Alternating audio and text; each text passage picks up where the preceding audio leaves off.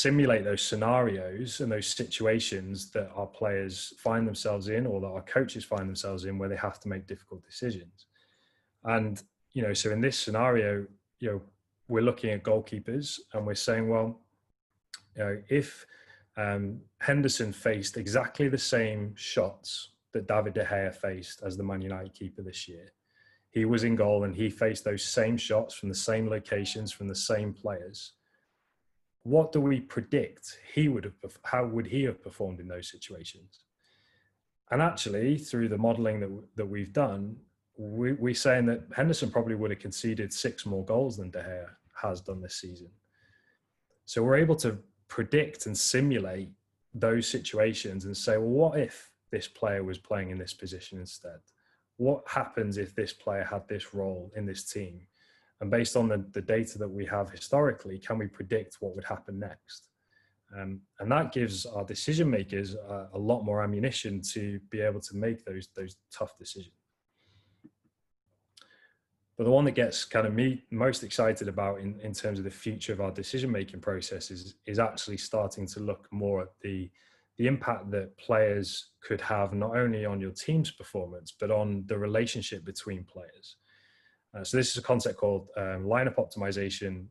And this basically assesses if you brought another player into your team and plugged him into your team, what impact would his metrics and his performance style and characteristic have on his teammates?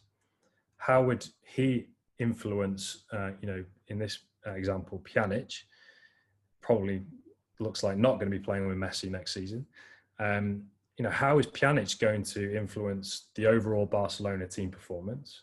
But actually, how is he going to influence the way Frenkie de Jong plays? Is he going to free Frenkie de Jong up to playing a bit deeper and being able to progress the ball from deeper areas because Pjanic will be a bit further up the field? Or is he going to take away opportunities from Sergio Busquets because actually he would have done a similar role?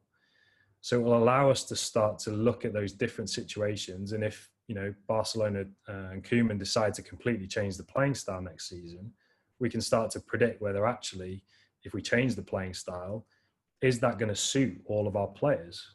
Because we can start to simulate and predict those situations and those scenarios. And, big fan of Boston sports and Bill Belichick. And he always talks about situational football and being able to quantify those situations that are key to the game. And every football coach I've been around has done the same in their training sessions. They break their sessions down into these situations and ask players to make different decisions and essentially simulate what would happen in a game.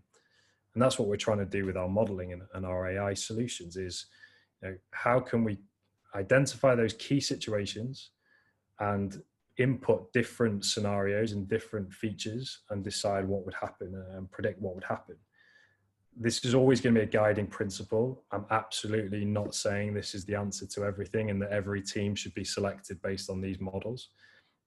As I said, I come from a applied football first background rather than data background. So I absolutely believe in all of the information and the experience of coaches to make those decisions.